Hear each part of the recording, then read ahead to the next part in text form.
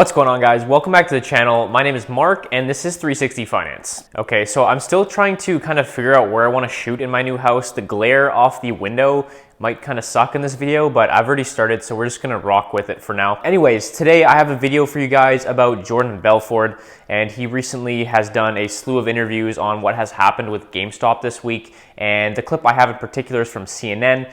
Talks about how and why the brokerage firms had halted trading on certain securities throughout this week. Talks about the S&C investigations, what's going to happen, what he ultimately thinks of this whole fiasco. So I'm just going to go ahead and jump into it, and let's go ahead and roll this clip right now. But let's talk about you, and let's talk about GameStop. Right. So you know what's happening here better than anyone. Yes. And just to back up, a bunch of these Reddit investors, they saw that the big wigs on Wall Street were shorting these companies, and they decided to call them on it. How did they pull this off? It's really interesting because I used to go through this way back in the 90s before there was an internet like this, and it was always the shorts against the longs, and usually the shorts are right, by the way, when it comes to the fundamentals. Every once in a while they get it wrong, but usually they've done deep research and they find something that is either remarkably overvalued, or it's was a great company past its prime that needs to like a blockbuster situation, which is similar to where GameStop is right now. It's shocking to me that a bunch of individual investors could muster enough buying power to do this, but it just shows you the power of the internet and forums like Reddit. Now, the problem is that the question is, are they just doing it? You said the word banded together. Now, that could also mean colluded. Correct. It's a very fine line between collusion and trading. So and the reason, if you want to understand why the platforms are shutting this down, it's not, I believe it's not so much that they're on the sides of big business or big hedge funds. They have massive liability on their side, because here's what's going to happen. I promise you this will happen. When this is over, and it will end, and all these stocks come crashing back down to their fundamental values, there are going to be lawsuits flying. And you know who's going to be named in every one? Robinhood, Ameritrade, all the platforms that did the trades are going to say, you should have known better. You knew there was fraud, because all it takes is if they prove collusion or manipulation, the platforms had a fiduciary responsibility to protect people. So that's why they're shutting these things down, because they have massive liability. Let me jump in, because you're yes. And one of the questions is is this legal? But I don't know if you read, let me back up a step. So there was this whole letter, and we have quoted part of the letter that, how shall I say, is like the cleanest section for television. This is from Wall Street Bets, and this is part of what they wrote. We don't have billionaires to bail us out when we mess up our portfolio risk and a position goes against us. We can't go on TV and make attempts to manipulate millions to take our side of the trade. What do you say to that, Jordan? I say I love you guys, but it's laughable, because what you will do is hire a class action attorney who will file a class action and sue everybody on your behalf, and you'll have 8,000 people, average people, suing in one giant class, and it's the same thing. But doesn't it seem like there's two sets of rules here? I mean, for the perception of Wall Street from a lot of Americans is that you see these super ultra wealthy, some billionaires, and they're trading and they get richer and richer on Wall Street. How is this any different from what hedge funds and these activist investors do every single day? Brooke, I'm not saying that. I'm on the side of the investor. All I'm saying is I understand why. All I'm saying is I understand what's going on, why they're shutting them down. No, and I'm not asking you to take sides. I'm just presenting the full picture to everyone, try to follow along. Sure, yeah. But it's not, I don't want to say I'm not sympathetic. I get it, and you're right. There's massive fraud, manipulation that goes on all the time at the big firms. We saw it back in 2008. If you watch the movie The Big Short, you can't believe they got away with this stuff, where they artificially inflate the market and wait till they're out of their position, then allow it to crash, and America pays the bill. You're right. You're absolutely right. So, of course, that's where the outrage comes from, because Wall Street rips off America all the time. And then now when the little guy finally had their own little chance to get in on the action, the big firms shut it down. You're 100% right. When you look at your past, you were always sort of like a step ahead, until you weren't, and you served, prison time for running afoul of the SEC. This goes back to what you were saying off the top. This is a bit more of a gray area, and you had alluded to maybe collusion. We don't know. Do you think anything illegal is happening here? Yes, I do.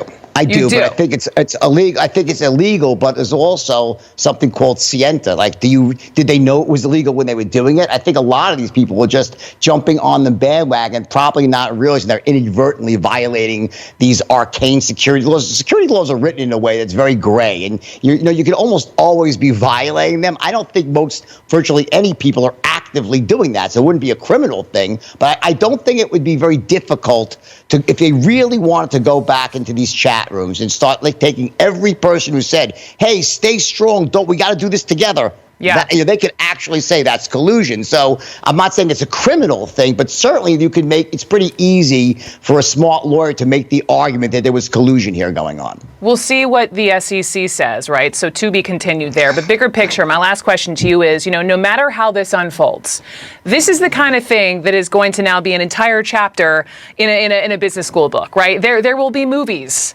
made about what has happened. That there's now this opening for the little guy on Wall Street. What do you think at the end of the day, Jordan? What comes of this? I think that all of you Redditors, if that's the word, right? You'd be better off doing the same thing you're doing. Just be a bit smarter with the companies that you pick. Pick one that probably deserves to, that's undervalued. Like, this is a great strategy they have going. It really is. They should be more careful with the stocks they pick. Don't pick it in spite, just to spite a short sell. Pick it because it's a good company and you guys will make even more money. I think they should keep doing it and make a fortune doing it. That's what I think. Okay, so the first thing I want to talk about from that speech is the brokers halting trading on certain securities, okay? And first off, I completely agree with him, okay?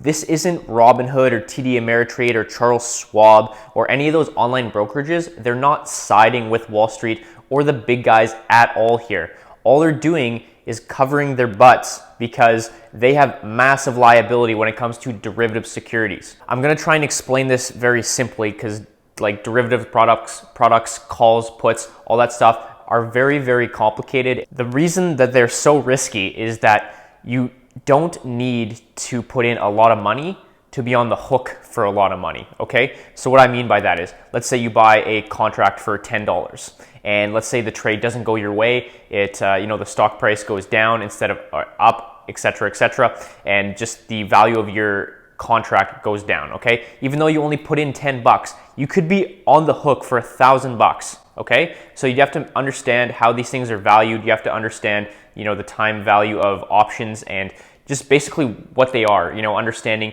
that a call is the option to buy a certain security at a lower price at a given date and it expires on a certain date, okay? Anyways, I digress. These brokerages are certainly not on the side of the big Wall Street hedge funds. They're simply covering their ass, okay? That's all they're doing by halting trading on these securities. What you have done is you've eliminated the right of the individual investors to a free market, okay? So basically, by halting trading, that drove down the price of all these stocks huge because you could not buy them anymore. And of course, that's gonna drive down the price. All right, so the second thing that he kind of talks about a little bit is the SEC investigations, basically guaranteeing that there's gonna be all these lawsuits. If you don't know, the SEC is the Securities Exchange Commission, and think of them as like the police of the stock market, okay? So their mandate is basically to ensure that capital markets are just, fair, and free.